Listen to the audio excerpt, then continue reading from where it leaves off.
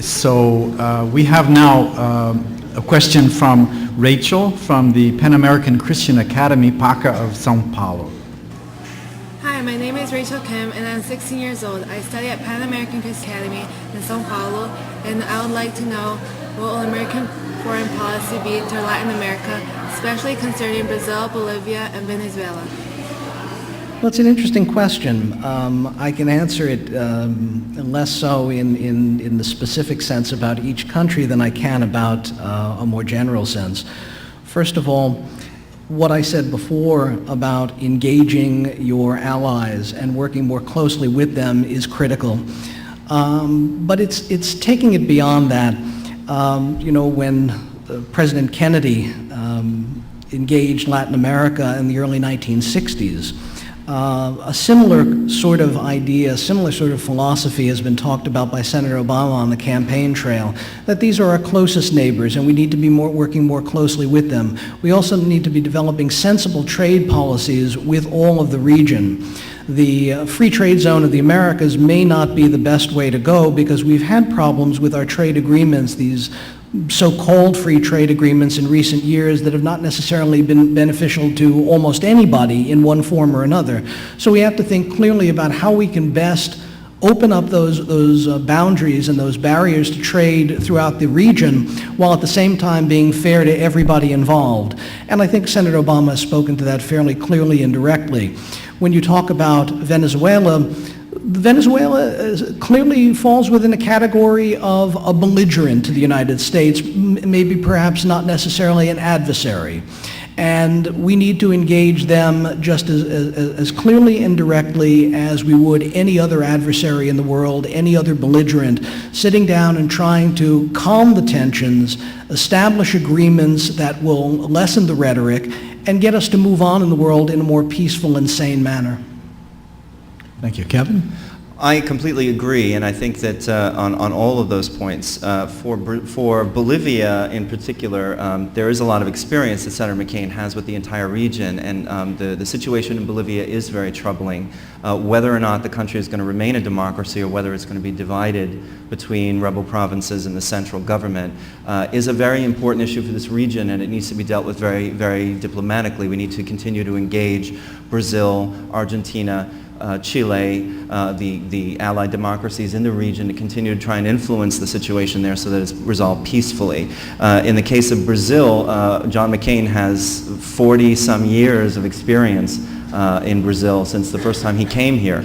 And I think that experience and understanding the very critical role that Brazil plays in the world as well as in the region is important. He has called for Russia to be removed from the G7 and then Brazil and India be added to that important group of the top democratic economies in the world. He understands that a trade agreement with Brazil is only going to take place when the United States agrees to give up its highly distorting agricultural subsidies and its protectionist policies on corn ethanol.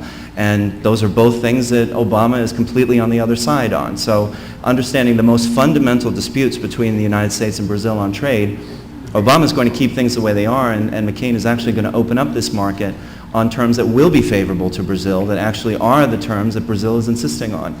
And I think that shows a real understanding for the region. Steve, let me just push that a little bit, and taking Kevin's cue, what is Senator Obama's position on free trade with Latin America? The position of Senator Obama on free trade with Latin America is the same position that he's taken on free trade throughout the world. We've had free trade agreements, especially the North American Free Trade Agreement, which has not been as beneficial to the United States as was once promised. The idea that it's necessary to revisit these trade agreements, possibly renegotiate them, and look at them from the perspective of the results that they've borne. It's just as necessary when you're reevaluating those to apply the same sorts of philosophies to free trade agreements that we might newly negotiate with Latin America, with Central America, and other countries. So it's not I don't think that you can talk about specific bullet points of we will do this and we will do that. I think we're in a negotiating setting right now trying to come up with the most fair policies for everyone, because so far some of these free trade agreements, they say that they're free, but they wind up hurting a lot of American industries. They've shipped a lot of American jobs overseas, and some of these protectionist policies, while they may not be necessarily fair to our neighbors right now, at least they are preserving jobs and opportunities in the United States. Is it a good world? It's not a good world, but we need to sit down and try and figure out what's fair trade as opposed to this so-called free trade.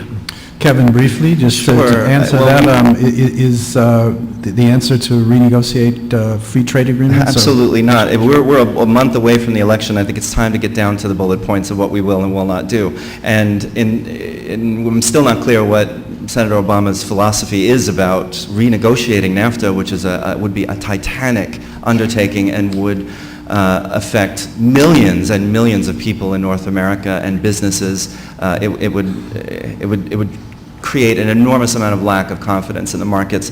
In reality, free trade agreements are done to be mutually beneficial. And the other thing is that protectionist policies are job killers.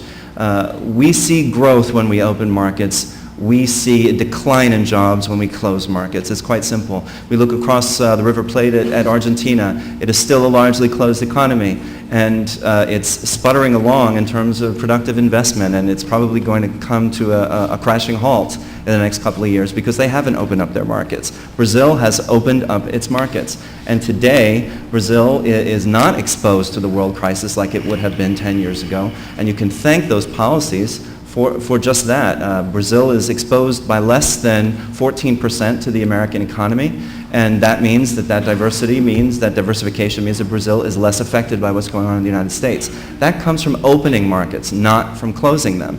The fact that you can buy more, that you can access more, that you can do more with your life here in Brazil is because markets have opened.